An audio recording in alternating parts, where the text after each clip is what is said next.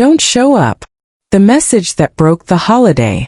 The text arrived at 6:42 a.m., the hour when the house is quiet enough that even bad news sounds louder. Don't show up for Thanksgiving. Mark. No greeting. No explanation. Just my son-in-law's name sitting there like a period at the end of a sentence I hadn't agreed to finish. For a moment, I thought I'd misread it. I reread the words slow and careful, as if the meaning might soften the second time around. It didn't. The message stayed sharp, blunt, final. My phone screen glowed against the dark kitchen, the smell of coffee still brewing, the November sky outside barely waking up. Thanksgiving had always been my holiday, not in the loud, boastful way, more in the quiet rituals that settle into your bones after decades. The grocery lists written in blue ink, the early morning Macy's parade humming in the background, the way the turkey went into the oven before sunrise, because that's how my mother did it, and her mother before her. The folding chairs pulled from the garage, the extra gravy, always extra gravy, and now a text message was telling me not to come. I sat at the kitchen table, still in my robe, phone in one hand, mug in the other. Steam curled up between my fingers. Somewhere in the house, the heat kicked on with a tired sigh. Everything felt normal, which somehow made the message feel crueler. Mark. My daughter's husband. The man who had married into our family 12 years ago, and never quite figured out where I fit. I typed back once. What do you mean? 3 dots appeared.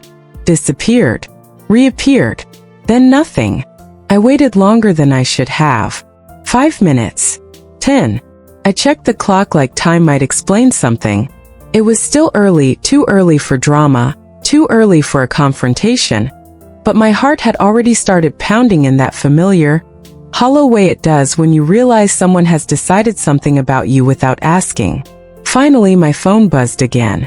It's better this way. Before we begin, if you enjoy stories that touch the heart and remind us of life's quiet miracles, don't forget to like this video and subscribe. It truly helps our little storytelling family grow. We're keeping Thanksgiving small. Please respect our wishes.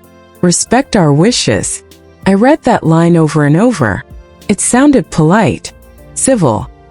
The kind of sentence people use when they want to pretend they're being reasonable while drawing a hard line in the sand. I set the phone down and stared at the framed photo on the wall across from me. Emily at 8 years old, missing 2 teeth, holding a paper turkey she'd made at school. Her smile wide and proud. I remembered that Thanksgiving, how she'd insisted the turkey wear a construction paper hat and how everyone laughed. Small, he said. Small apparently didn't include me. I tried calling Emily. Straight to voicemail. I didn't leave a message. I wasn't ready to hear my own voice crack. Instead, I sat there and let the truth sink in. My daughter knew about this. She had to. You don't ban a mother from Thanksgiving without talking about it first. Which meant that somewhere between the grocery store runs and the preschool pickup, my own child had agreed that I shouldn't come. That hurt more than the text itself. By noon, the house felt too big. Every room carried echoes of holidays past. Laughter that had once filled corners, arguments that had burned hot and fast and then faded. I walked through them slowly like a guest in my own life. The dining room table still had faint scratches from when the kids were younger, when someone had dragged a chair too hard. The hallway closet still smelled faintly of pine from the artificial Christmas tree stored inside. I told myself not to jump to conclusions. Maybe Mark was stressed. He always was around the holidays. Maybe there was more to the story. But the pit in my stomach knew better. Mark had never liked how close Emily and I were. He called it interference. Called it motherhood. When Emily had her first baby, Mark insisted they didn't need help. I showed up anyway with casseroles, with folded laundry, with love. He tolerated me then. Barely. Over the years, those tolerances had hardened into rules. Call before coming. Don't stay too long. Don't give advice unless asked. Don't buy toys that make noise. Don't post photos online without permission. And now don't show up. I picked up my phone again, tempted to call Emily once more, to push, to demand an explanation. but something inside me resisted. Pride maybe, or exhaustion, or the quiet realization that begging to be included never actually makes you feel included.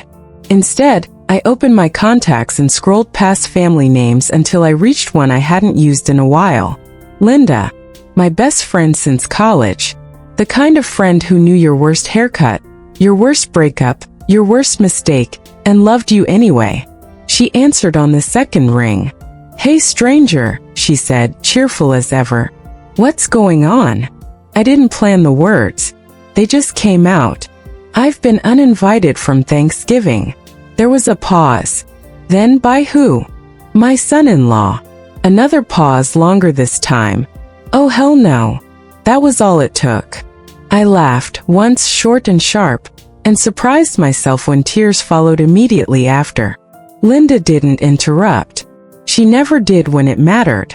After I explained, after the anger and confusion spilled out in uneven pieces, she said, "You're not spending Thanksgiving alone. Not on my watch." "I don't want to impose," I said automatically, the reflex of a woman raised to make herself small. "You're not imposing," she said. "You're being rescued." She told me about her plan.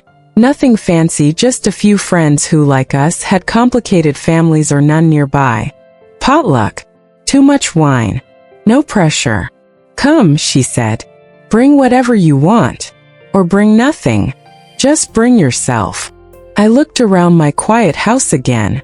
Thought about the turkey still frozen solid in my freezer, bought weeks ago with the assumption of belonging.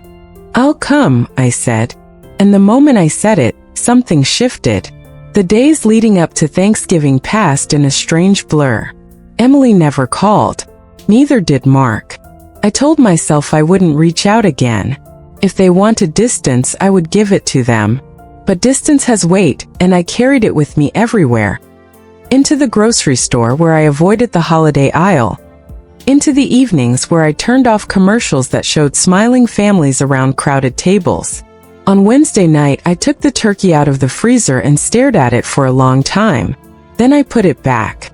Instead, I baked a pie. Apple with extra cinnamon. Not because anyone asked me to, but because I wanted to. Because pie to me meant comfort. Meant showing up with something warm and familiar. Linda texted me late that night. "We'll start around 2. Casual. Wear stretchy pants." I smiled at that. The first real smile in days. Thanksgiving morning arrived crisp and bright. The kind of late autumn day that makes everything feel sharper. I dressed carefully. Not too formal, not too casual. I hesitated in front of the mirror longer than usual. Adjusting my scarf, smoothing my hair, like I was trying to prepare for something more than a meal. As I locked the front door behind me, I paused. 4 years, Thanksgiving had been about where I was supposed to be. This year, it felt like it was about who I chose to be. I got into my car, pie on the passenger seat, and pulled away from the house without looking back. I didn't know it yet, but that decision would change far more than just one holiday. A different kind of table. Linda's house sat at the end of a quiet cul-de-sac, the kind lined with mature oaks that still clung stubbornly to copper-colored leaves. As I pulled up, I noticed cars already parked along the curb. More than I'd expected. Laughter drifted from somewhere inside, warm and unrestrained. And for a moment I stayed in my car, hands on the steering wheel, steadying myself. I told myself this was just a meal. Not a replacement. Not a statement. Just a meal. Still, my heart thumped like I was walking into something important. Linda opened the door before I could knock. "There she is," she said, pulling me into a hug that smelled like sage and butter. "You made it." Inside, the house buzzed with life. Coats piled on the couch. Music, old Motown, the kind you can cook to, played softly from a speaker in the corner. The dining table had been pushed against the wall to make room, already crowded with bowls and platters waiting their turn. "This," Linda announced, taking my pie, "is going right next to the pecan. We'll let the guests decide which is superior." "I already know," I said, and she laughed. She introduced me around, friends from work, a neighbor who'd lost his wife the year before, A couple whose kids were spending the holiday with their father's family. People with stories. With reasons. With room at the table. No one asked why I was there instead of with my family. And for that I was deeply grateful.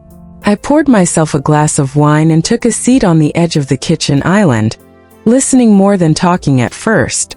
Felt strange to be anonymous, to not have a role to play. No hostess duties. No carving. No expectations. Just presence. At 2 o'clock sharp, Linda insisted on punctuality when food was involved. We gathered around the table. It wasn't formal. Some people sat, some stood, some balanced plates on their laps. Linda raised her glass. "Okay," she said. "Before we eat ourselves into oblivion, let's do the thing." A collective groan followed, but it was affectionate. "Gratitude," she said, undeterred. "One thing. Keep it short." People went around. Health. Friendship. Second chances. When it was my turn, I felt the familiar tightening in my chest. The fear of saying too much, of making things awkward. "I'm grateful," I said slowly, "for unexpected kindness." There were nods. Smiles. No questions. We ate. And ate. And ate some more. The food was good, comforting in the way only shared meals can be. But what surprised me most was how light I felt. Not physically, of course. Emotionally. Like I wasn't bracing myself for criticism or managing anyone else's expectations. At one point, Linda leaned over and whispered, "See? You're glowing." "I'm chewing," I whispered back. "That's gravy." But she was right. It wasn't until later, when the dishes were stacked and the conversation had drifted into quieter territory, that my phone buzzed in my purse. I didn't look at it right away. That, in itself, felt like a small victory. Eventually, curiosity won. I slipped away to the hallway and checked the screen. Emily. My stomach flipped. I stared at her name for a long moment before answering. "Hi," I said, keeping my voice even. "Mom," she said, and there it was, that familiar mix of relief and tension. "Happy Thanksgiving." "You too." A pause. I could hear background noise, kids maybe, or the TV. Life going on without me. "I didn't know if you'd want to talk," she said. "I wasn't sure either," I replied honestly. Another pause. Then, "Mark told me you got his message." "Yes," I said. "I did." Silence stretched between us, heavy with all the things neither of us seemed ready to say. Finally she spoke. "He didn't mean it the way it sounded." I closed my eyes. "How else could it have sounded, Emily?" She sighed. "Things have just been tense. With the kids. With schedules. He thought it would be easier if we didn't have anyone over this year." "Anyone," I repeated. "Or just me?" "That's not fair," she said quickly. "Isn't it?" My voice stayed calm, but my hands were trembling. "Because I wasn't told ahead of time. I was told not to show up." "I know," she said softly. "I should have called. I'm sorry." I leaned against the wall, the muffled sounds of laughter from the living room a reminder that I wasn't alone, even if this conversation made me feel that way. "Emily," I said, "do you know how that felt?" She didn't answer right away. "I felt," I continued, "like a problem to be managed. Like someone you'd rather avoid than include." "That's not true," she said, but there was uncertainty in her voice now. "Mark he thinks you don't respect boundaries." There it was. The word he always used. "Boundaries," I said. "Or control." "Mom." "No," I interrupted gently. "Listen to me. I've bent myself into knots trying not to step on toes. I've backed off when I wanted to help. I've stayed quiet when I wanted to speak. And still somehow I'm the problem." She was crying now. I could hear it. "I don't want to choose sides," she said. "I'm not asking you to," I replied. "I'm asking you to choose honesty." Another long silence. "I didn't know how to tell him he was wrong," she admitted. "And I didn't know how to tell you without upsetting you. So I did nothing." That hurt, but it also clarified something. "Doing nothing," I said gently, is still a choice. She didn't argue. I'm not at home, I added. I'm with friends. I'm okay. You are. She sounded surprised. Yes, I said. And for the first time I realized how true that was. I miss you, she whispered. I miss you too. We hung up shortly after, no resolution, no neat bow. Just a crack in the wall.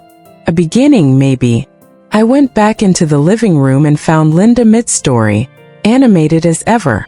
She caught my eye, raised an eyebrow in question. I shook my head once, then nodded. Later, as the sun dipped low and people began gathering coats, Linda walked me to the door. Same time next year, she joked. I smiled. I don't know, I said. But whatever I do, it'll be my choice. Outside, the air was cold and clean. I breathed it in deeply before getting into my car. As I drove home, my phone buzzed again. A text this time from Mark. Hope you had a good Thanksgiving. I stared at the words, then set the phone down without replying. Some conversations I realized don't deserve immediate answers. At home, the house no longer felt quite so empty. I hung up my coat, poured myself a cup of tea, and sat by the window watching the last of the daylight fade. For the first time all week, I felt something close to peace. And somewhere deep inside, a quiet strength was taking root. One that didn't depend on invitations or approval. The line that was finally drawn. The Saturday after Thanksgiving arrived with an email. Not a text. Not a call. An email. Formal, deliberate, unmistakably Mark. Subject: moving forward. I didn't open it right away. I stood at the kitchen counter, sunlight spilling across the same table where I'd read his original message days earlier. I made coffee first. Buttered toast. Gave myself time to breathe. I'd learned painfully that reacting too quickly was often exactly what Mark wanted. When I finally sat down and opened the email, my chest tightened with each paragraph. I hope you had a pleasant holiday. After some reflection, Emily and I feel it's important to clarify expectations going forward. We believe certain boundaries haven't been respected in the past, and for the health of our family, we need to be more intentional about how we spend time together. There it was again. Boundaries. He went on, carefully worded, professionally detached. Visits by invitation only. No surprise drop-ins. No unsolicited advice. No discussing family matters outside the household. Holidays to be planned well in advance. And then the line that made my hands shake. We also think it's best if large family gatherings take a pause this year. A pause. As if family were a subscription service you could cancel temporarily. I reached the end and sat very still. Years ago, I would have rushed to soften things. Apologized. Promised to do better. I would have swallowed the hurt because that's what mothers do. We absorb discomfort so our children don't have to. But something had changed. Maybe it was Thanksgiving at Linda's table. Maybe it was hearing Emily's uncertainty crack over the phone. Or maybe I was just tired of making myself smaller so others could feel bigger. I opened a new email. I didn't accuse. I didn't attack. I wrote slowly, deliberately, with the same calm precision Mark had used. Mark, I've read your message carefully. I agree that healthy relationships require respect. Respect, however, must be mutual. Being told not to show up for a holiday without discussion was hurtful and dismissive. I am willing to honor reasonable boundaries. I am not willing to be excluded, spoken for, or treated as a disruption in my daughter's life. I love Emily and my grandchildren. That hasn't changed. What has changed is my willingness to accept decisions made about me rather than with me. If you and Emily would like to talk together, I'm open to that. If not, I will give you the space you've asked for. Mom. I read it twice. My finger hovered over send. Then I clicked. The response didn't come that day. Or the next. Emily, however, showed up on Sunday afternoon. I heard her car before the knock. Her old habit of pulling in too fast, music too loud. I opened the door and there she stood, hands tucked into her coat sleeves, eyes rimmed red. For a moment, neither of us spoke. Then she stepped forward and hugged me, harder than she had in months. "I'm sorry," she said into my shoulder. I held her back, feeling the weight of her, the familiarity. "I know," I said. We sat at the kitchen table like we used to years ago, when she came home from college with stories and doubts. I made tea.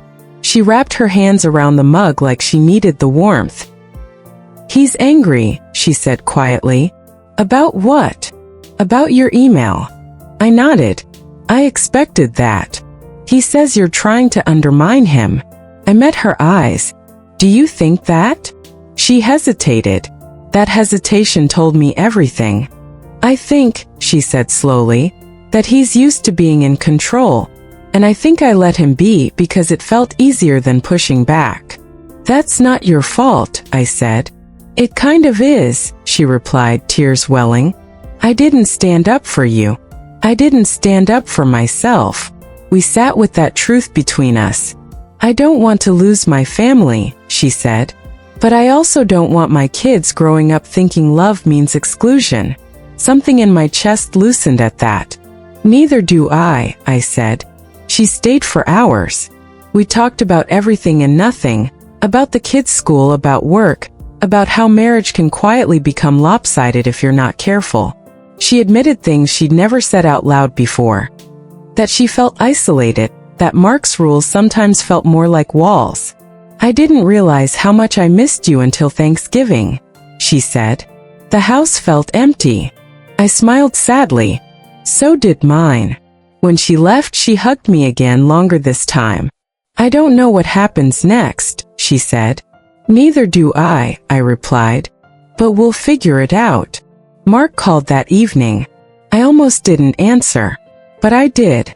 "I read your email," he said, no greeting. "I think you're being unreasonable." I leaned against the counter, steady. "I think we have different definitions of reasonable." "You're making this about you," he said. "I am in this," I replied. "That doesn't make it selfish." He scoffed. "You've always inserted yourself." "That's interesting," I said. "Because from where I stand, you've been trying to erase me." Silence. "I didn't mean to hurt you," he said finally. It sounded forced. Rehearsed. "Intent doesn't erase impact," I said. He exhaled sharply. "Emily is upset. So am I." Another silence. Longer this time. "I don't know how to fix this," he admitted. I softened just a little. "Then stop trying to control it. Start talking." We didn't resolve anything that night. But the conversation ended without shouting, without slammed doors. That felt like progress. December crept in quietly. I decorated my house anyway. Put up the tree. Hung the stockings, including Emily's, including the kids. Not because I knew they'd be there, but because love doesn't disappear just because plans change. Linda came over one evening with wine and ornaments shaped like ridiculous things. Lobsters, flamingos, a slice of pizza. "New traditions," she said, grinning. I laughed harder than I had in weeks. And somewhere between untangling lights and sipping wine, I realized something profound. I wasn't waiting to be included anymore. I was building a life that didn't hinge on someone else's permission.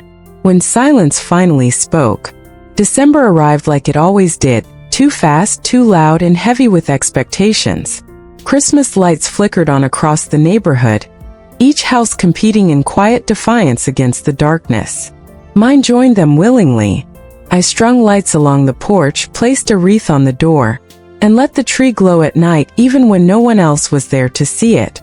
Emily hadn't committed to Christmas plans. Neither had Mark. The uncertainty sat between us like an unopened letter. Acknowledged, avoided, heavy. I told myself I wouldn't chase clarity this time. I'd said what I needed to say. I'd drawn my line. Now the choice wasn't mine to make alone. 2 weeks before Christmas, I received an invitation. Not from Mark. From Emily. Subject: Christmas morning? My hands trembled slightly as I opened it. "Mom, I was wondering if you'd like to come over Christmas morning. Just you. No big dinner. No pressure. The kids would love to see you open presents with them." I understand if you'd rather not. I just wanted to ask. Love, Emily. Just you. That phrase carried both hope and warning. I stared at the screen for a long time. Part of me wanted to say yes immediately. This was what I'd been missing, what I'd been aching for. Another part of me bristled at the conditions. Inclusion that came with fine print still cost something. I called Linda. "Talk to me," she said after the second ring. I read the email aloud. "Well," she said when I finished, "that's progress." "Is it?" I asked. "Or is it another version of compromise that only goes one way?" She hummed thoughtfully. "What do you want?" The question landed harder than I expected. "I want my daughter," I said, "and my grandkids. But I don't want to keep proving I'm harmless." "Then don't," she said. "Go as yourself. If they can't handle that, it's not on you." I thanked her and hung up, heart pounding. Then I wrote back, "Emily, I'd love to see you and the kids Christmas morning. I'm coming as your mom, not as someone tiptoeing around conditions. If that works for everyone, I'll be there. Love, Mom." The reply came an hour later. "It works." Christmas morning dawned cold and clear. I wrapped my gifts simply: books, puzzles, sweaters I'd picked carefully. No loud toys. No excess. I dressed warmly and arrived exactly on time. Mark opened the door. He looked tired. "Merry Christmas," he said. "Merry Christmas," I replied. The house smelled like coffee and cinnamon. The kids came running, shrieking with delight, wrapping themselves around my legs like they always used to. That alone nearly broke me. Emily stood near the tree watching us. Our eyes met and she smiled, small, tentative, hopeful. For a while it was almost normal. We watched the kids tear through wrapping paper. We drank coffee. We laughed at a toy that didn't work right out of the box. Mark stayed quiet, observant, like someone waiting for something to go wrong. It didn't. Until it did. It happened over something small. Of course it did. One of the kids struggled to open a package, and without thinking I leaned forward. "Here, sweetheart, twist it like this." Mark stiffened. "I've got it," he said sharply. I froze, hands midair, then slowly pulled back. "Of course," I said. The room shifted. Emily noticed immediately. "Mark," she said gently, "it's fine." He stood up abruptly. "I need some air." And just like that, he was gone out the front door, leaving silence in his wake. The kids, oblivious, went back to their toys. Emily stared at the door, then at me. Her jaw tightened. "This can't keep happening," she said quietly. I didn't argue. She followed him outside, pulling on her coat. Through the window, I watched them stand on the porch, voices low but intense, breath puffing into the cold air. I sat back, heart heavy but strangely calm. I'd done nothing wrong. And for the first time, I didn't feel the need to explain myself. After several minutes, Emily came back in alone. Her eyes were red, but her posture was different, straighter. "He thinks you undermine him in front of the kids," she said. "I was helping," I replied. "I know," she said. "And I told him that." She took a deep breath. "I told him something else too." I waited. "I told him I won't keep choosing peace at the expense of love," she said. "That you're my mother, that the kids deserve you in their lives, and that if he can't find a way to make room for that, we have bigger problems than holidays." My throat tightened. "What did he say?" I asked. "He didn't say much," she admitted. "But he listened. That mattered." Mark came back inside a few minutes later. He didn't look at me right away. Then he did. "I overreacted," he said stiffly. "I'm working on it." It wasn't an apology, but it wasn't nothing. I nodded. "So am I." We finished Christmas morning carefully, like people relearning a dance they'd forgotten the steps to. No grand reconciliation. No dramatic embrace. But when I left, Emily hugged me tightly. "Thank you for coming," she said. "Thank you for inviting me," I replied. And this time it didn't feel conditional. That night, alone in my living room, I sat by the tree and reflected on the past month. I hadn't won, but I hadn't lost myself either.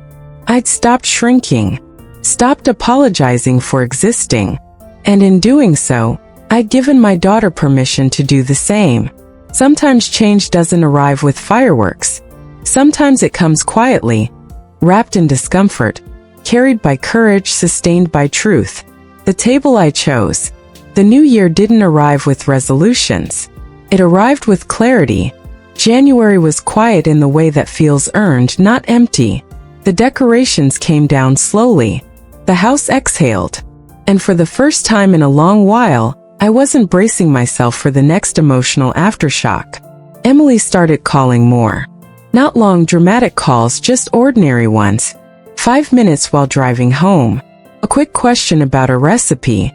A picture of the kids holding up something they'd made and insisting I needed to see it right now. Mark stayed in the background, but he didn't disappear. That mattered too. We met for coffee one afternoon in February, just the two of us. It wasn't my idea. Emily asked if I'd be willing. I think it might help, she said carefully. I'm open, I replied, and I meant it. Mark arrived early. I arrived on time. He stood when I walked in, an old habit that surprised me. Thanks for meeting, he said. Thanks for asking, I replied. We didn't rehash everything. That was the unspoken agreement. Instead, we talked about expectations, about control, about fear masquerading as boundaries. I grew up in a house where everything was chaos, he admitted at one point, staring into his coffee. Rules made me feel safe. I nodded. Love isn't chaos, I said gently, but it isn't containment either. He didn't argue. That was new. By spring, things settled into something recognizable, imperfect, still tender but real. I was invited again, not out of obligation, out of intention. When Easter came, I hosted, but not the way I used to. No 12-dish menu. No exhausting performance of perfection. Just a simple meal. Few friends. Emily and the kids. Mark, quieter than usual but present. Linda brought a ridiculous dessert shaped like a bunny. The kids laughed. Someone spilled juice. Nobody cared. At the table, Emily caught my eye and smiled. And I knew we were building something new. The next Thanksgiving came faster than I expected. Linda called in October. So, she said, my place or yours? I laughed. I don't know yet. The truth was, I'd been invited back to Emily's. Properly this time. With planning. With conversation. With respect. But I hadn't answered right away. Because for the first time in my life, Thanksgiving wasn't about obligation. It was about choice. On a crisp November morning, I woke up and made coffee. I stood in my kitchen, the same one where a text message had once shattered me, and felt only steadiness. I texted Emily, I'll come, but next year I host. And Linda's invited. Her reply came seconds later. Deal. I love you. Thanksgiving dinner was warm and loud and imperfect. Mark helped in the kitchen. Emily laughed more easily. The kids argued over roles. Someone burned the gravy. It didn't matter. At one point, Mark caught my eye. Thanks, he said quietly, for not giving up on us. I smiled. I didn't give up on myself either. That night, after the dishes were done and the house was quiet again, I sat at the table alone. Not lonely. Grounded. I thought back to the woman who'd read "Don't show up" on her phone, and believed it meant she wasn't wanted. I wished I could reach back through time and tell her this. Rejection doesn't get the final word. You do. Family isn't defined by who excludes you. It's defined by where you're allowed to be whole. That Thanksgiving I celebrated with friends. The next with family. But the most important celebration, the one that changed everything, was learning to choose myself. And that table, I built it.